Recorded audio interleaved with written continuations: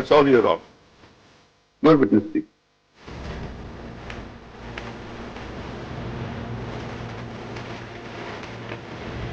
Mister Wadekar, mister मुधोळकरांना तुम्ही employ म्हणून कसं रेट कराल?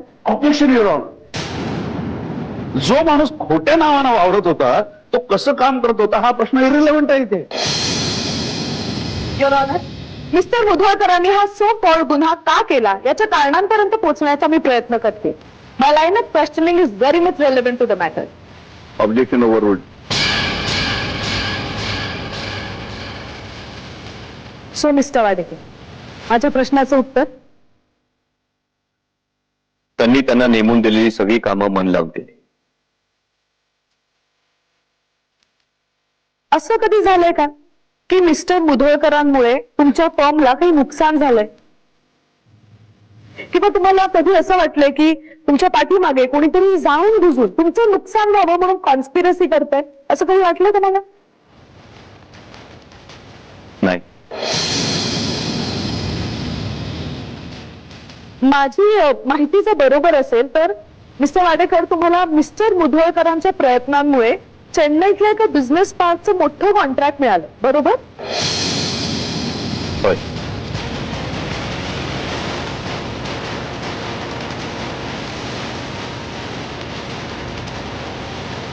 आश्चर्याची गोष्ट आहे नाही युअर ऑनर? स्वतः एक प्रतिथयश बिझनेसमॅन असून सुद्धा एका फर्म मध्ये तुटपुंच्या पगाराची नोकरी मिस्टर मुधोळकर करत होते.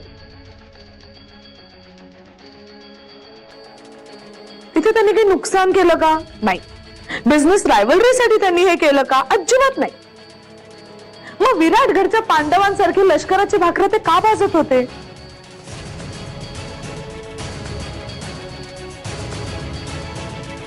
This is a very relevant question, I think. हो ना ऍडव्होकेट महाबळे?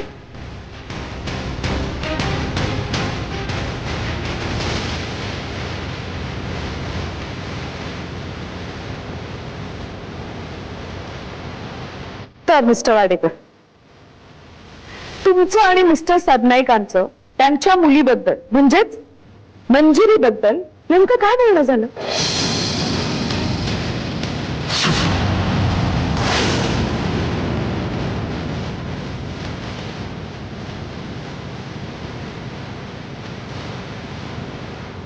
मिस्टर वाडेकर,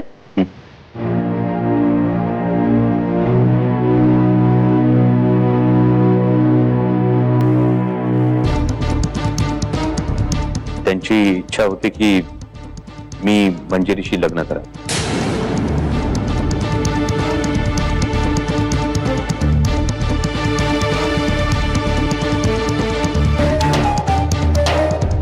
त्यांची इच्छा होती आणि तुमची? मला काहीच प्रॉब्लेम नव्हता.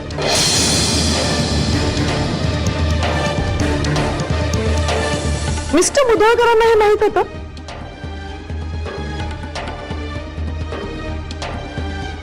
हो.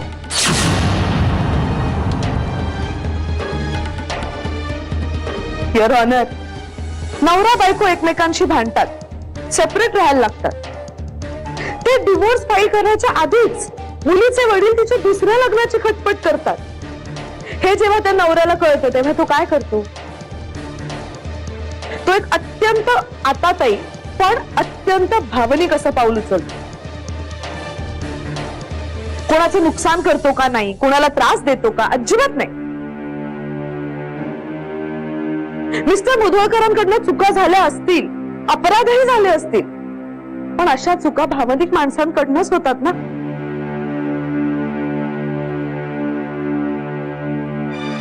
And Your Honor, I beg to differ with my senior, Mr. Mahabhay. This is a family matter. एका भावनिक माणसाने आपली फॅमिली वाचवण्यासाठी केलेली केविलवाणी धडपड आहे.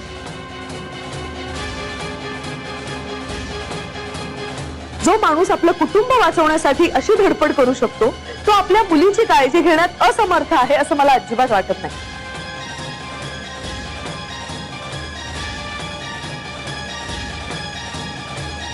नाही, त्यांच्याकडनं चुका झाल्यात आणि त्यासाठी कोर्टाने त्यांच्यावर कारवाई करावीच. पण things have to be seen in the right perspective. Satyajit Mudholkar criminal नाही आहेत. सत्यजित मुधोळकर एक हताश नवरा आहे आणि त्याही पेक्षा जास्त एक हताश बाप आहे.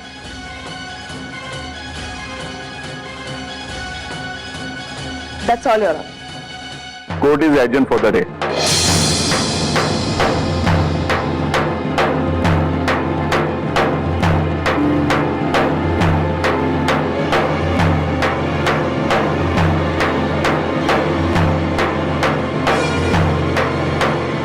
मंजिरी,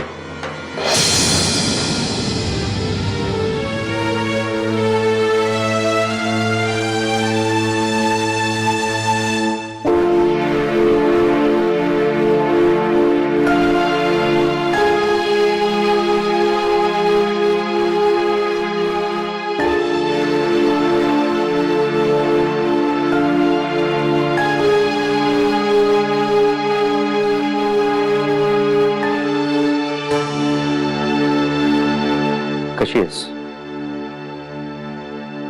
ठीक आहे.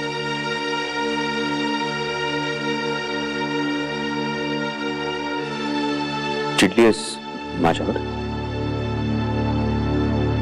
तुझ्यावर चिडायला तू काही केलंयस का?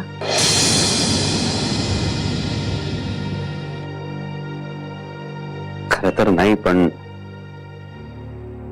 बाबांना जे आपल्याबद्दल कळलंय मला.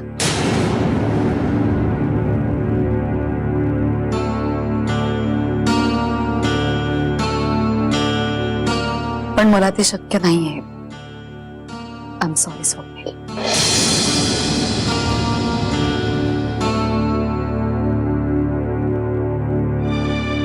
सॉरी कशासाठी?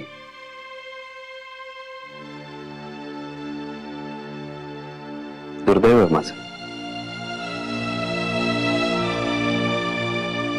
आयुष्यात पहिल्यांदा कुणाबद्दल वाटलं होतं, पण जे होणारच नाही त्याबद्दल चर्चा करणं सुद्धा निरर्थक आहे, नाही का? पण एक सांगतो म्हणजे,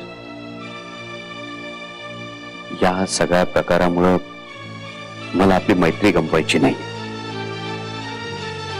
आयुष्याच्या कुठल्याही वळणावर कधीही मला हाक मारावीशी वाटली तर प्लीज प्लीज फील फ्री. मी आहे तुझ्यासाठी नेहमीच. लक्षात ठेवीन मी.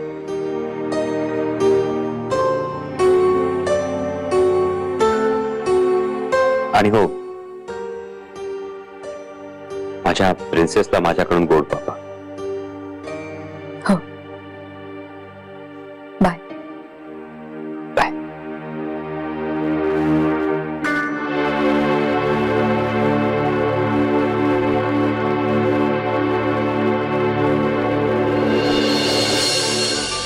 अजून थोडा दे ना. हो हो हो. घे.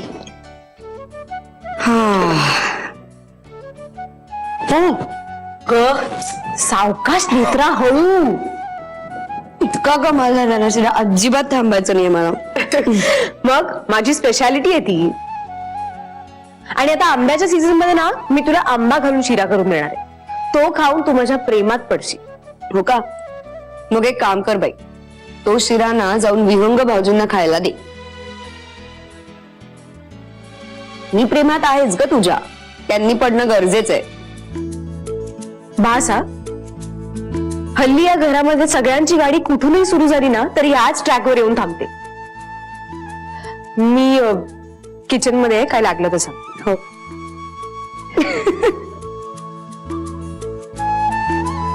Good morning.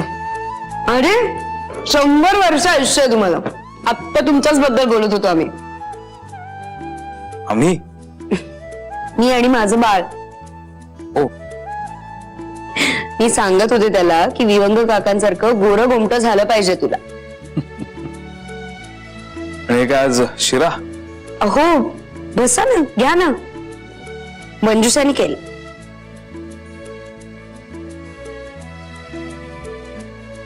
आणि उत्तम झालाय.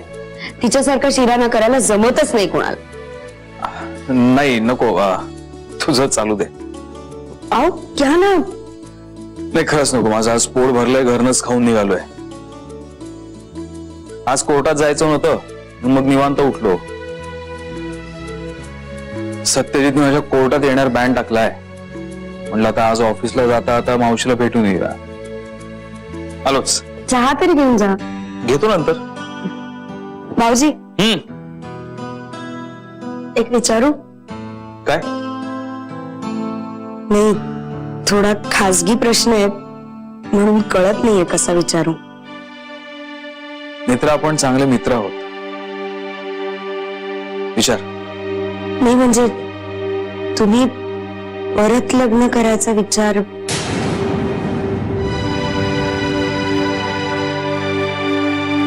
नाही. का?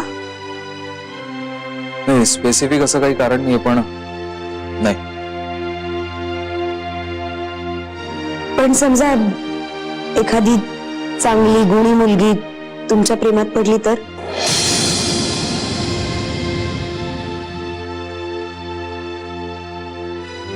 नाही. ती वेळच येऊ नये म्हणून मी आजकाल गुणी मुलींना भेटणं बंद केलं. तू चालू दे. आलो.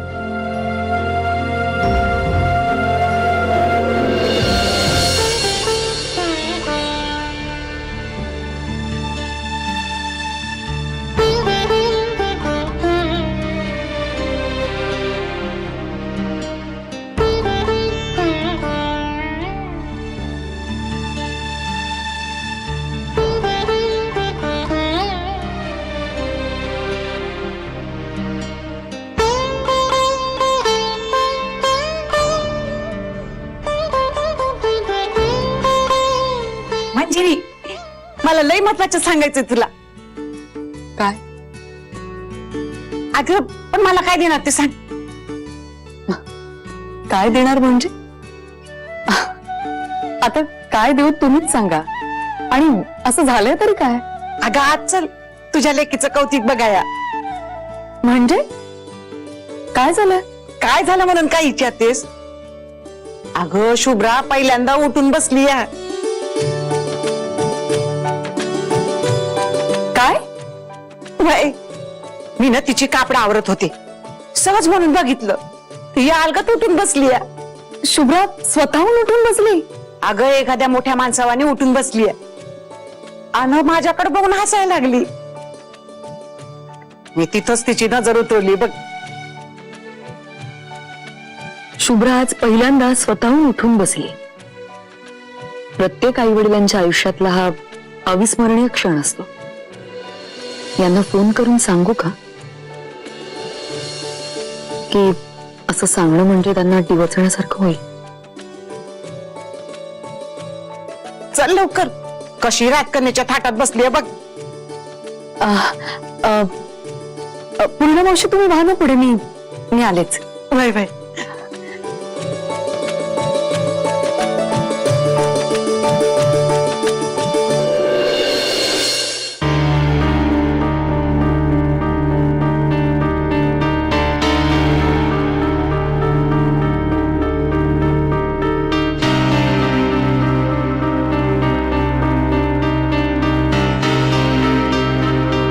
कोण आहे?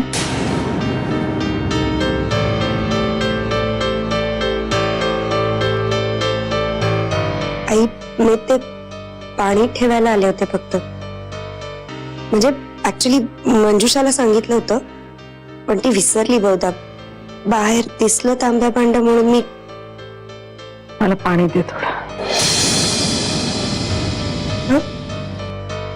मला पाणी दे थोडं. हो.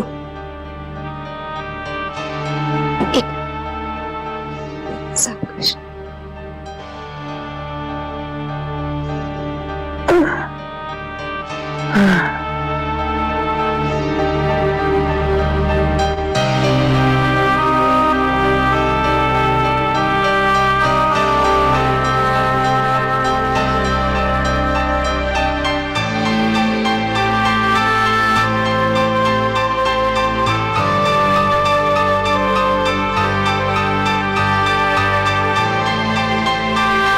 नेत्र, काय आहे?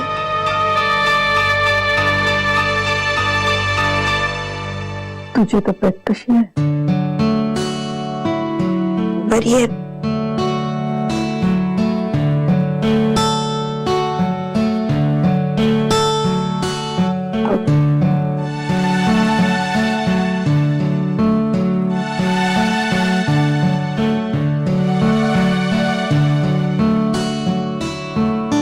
आई ऍक्च्युली परवाच ती ट्रिपल मार्करची टेस्ट पण झाली. सगळे रिपोर्ट्स नॉर्मल आहेत, डॉक्टर म्हणाले. काहीच प्रॉब्लेम नाहीये, ओके आहे सगळं. चला, अंबाबाईची कृपा.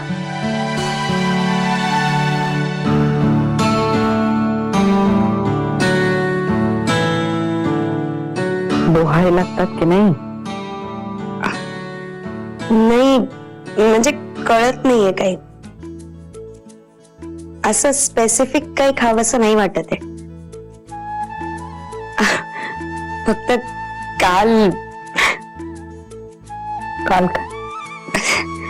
मला गोड खायला आवडत नाही ना, तर काल बसून मी कंदी पेढ्यांचा अख्खा बॉक्स संपवला.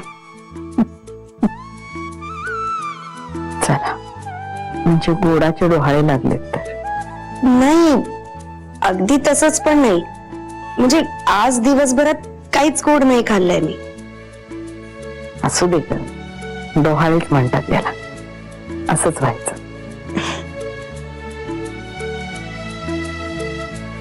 हळूहळू वाटायला लागेल. मंजिरी नाही, कचा कचा हिरव्या मिरच्या खायची. तिला तिखटाचे डोहाळे, तुला गोडाचे. वा, एकदा तर मंजिरीने सत्यजितकडे मिसळ खायचा हट्ट धरला.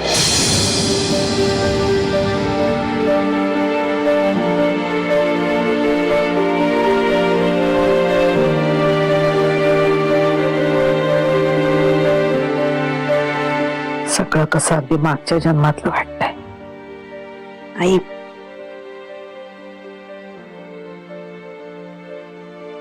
तू काळजी घे. बाळ कसं गुटगुटीत पाहिजे, त्याच्या गौरांसारखं.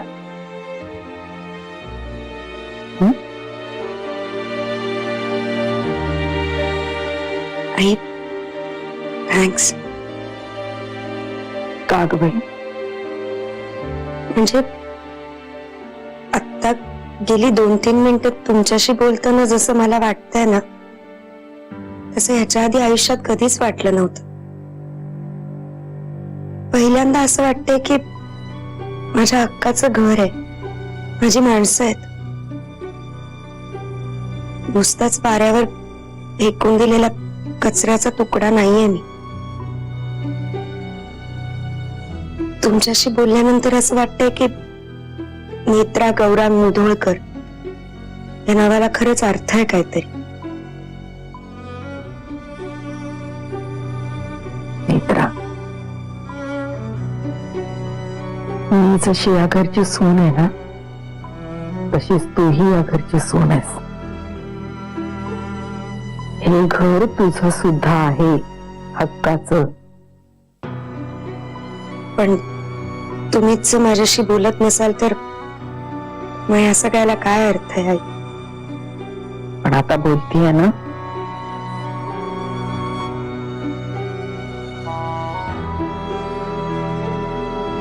काही गमावल्याशिवाय जे आहे त्याची किंमत कळत नाही असं म्हणतात.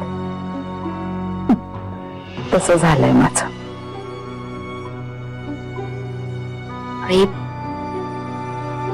तुम्ही मनापासून माफ केलंत मला. माझा सत्य जी गोष्ट करू शकतो ती मला नाही जमणार. आई आणि त्याची नेत्रा, एक गोष्ट सांग. काय? प्रिया कशी आहे ग?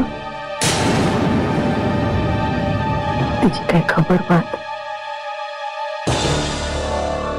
मी हॉस्पिटलमध्ये असताना आली होती ती.